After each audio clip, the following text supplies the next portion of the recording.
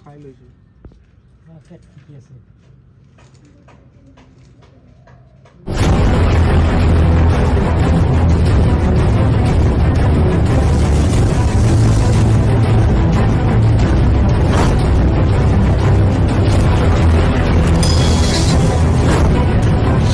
guys তো এতিয়া বৰগাঁও এটা ৰেস্কিউ কৰিব গৈ আছো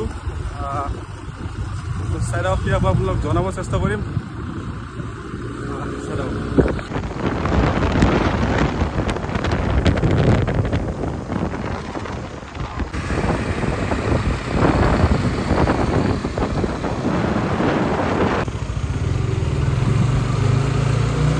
উঠে দি হ'ল দে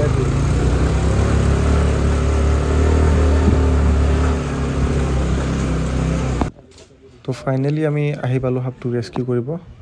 সাপটো যিহেতু নেচাৰেল হেবিটেটতে আছিলে তো আমি মানুহ ঘৰে যিহেতু বহুতখিনি ভয় খাই আছিলে তাৰ বাবে আমি সাপটো ৰেস্কিউ কৰিব লগা হ'ল এইডাল হৈছে ৱাইন স্নেক ইয়াৰ অসমীয়া নাম হৈছে লতা সাপ এইডাল এডাল মাইল্ডলি ভেনামাছ স্নেক হয় অৰ্থাৎ সামান্য প্ৰজাতিৰ বিষ তো চাই থাকক আমি সাপটো কেনেকৈ ৰেস্কিউ কৰোঁ আৰু ভিডিঅ'টো ভাল লাগিলে লাইক কমেণ্ট শ্বেয়াৰ আৰু ছাবস্ক্ৰাইব কৰি দিব চেনেলটো তো যিহেতু সাপডাল গছৰ ওপৰত উঠি আছে তো মানুহ ঘৰে দুদিনমান আগতে ফোন কৰিছিল যে 4 দিনমানৰ পৰা সাপটো তেনেকৈ আছে তো আমাৰো বহুতখিনি কষ্ট হৈছে সাপটো ৰেস্কিউ কৰাৰ কাৰণে তাৰপিছত আমি ফাইনেলি আমি সাপটো ৰেস্কিউ কৰিলোঁ এতিয়া আৰু সাপটো বেকিং কৰি পেলাই আমি মুকলি কৰি দিম তেনেহ'লে চাই থাকক ভিডিঅ'টো সম্পূৰ্ণৰূপে মানে সামান্য প্ৰজাতিৰ বিষ আছে এইটো কামুৰিলে ভয় কৰিব নালাগে আৰু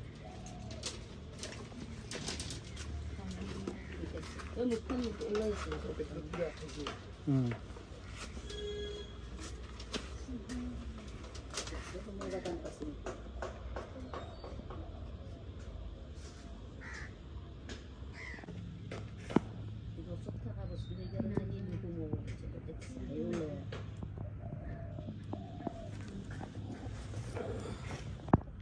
আপোনালোকে দেখিবলৈ পাইছে এইডাল এডাল খুব ধুনীয়া সাপ চাওক এডাল হৈছে ৱাইন স্নেক তো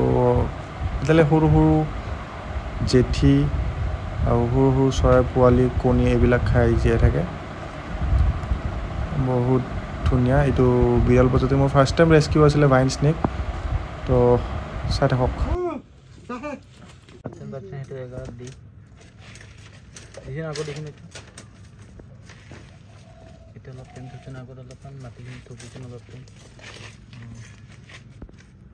খাই লৈছো পেট ঠিকি আছে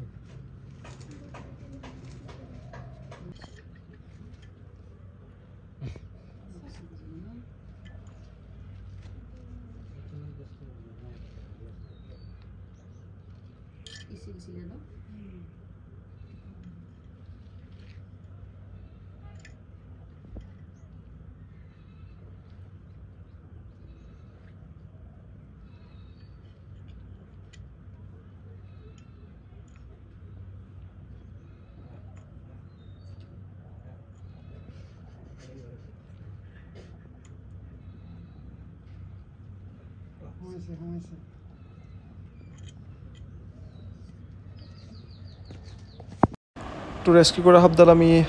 জুত এণ্ট্ৰি কৰাই দিলোঁ আৰু জুৰ পৰা ৰিলিজ কৰি দিলে তাৰ কাৰণে আমি ৰিলিজ কৰা ভিডিঅ'টো আপোনালোকক দেখাব নোৱাৰিলোঁ তো আজিলৈ মানে ভিডিঅ'টো ভাল লাগিলে শ্বেয়াৰ কৰি দিব ধন্যবাদ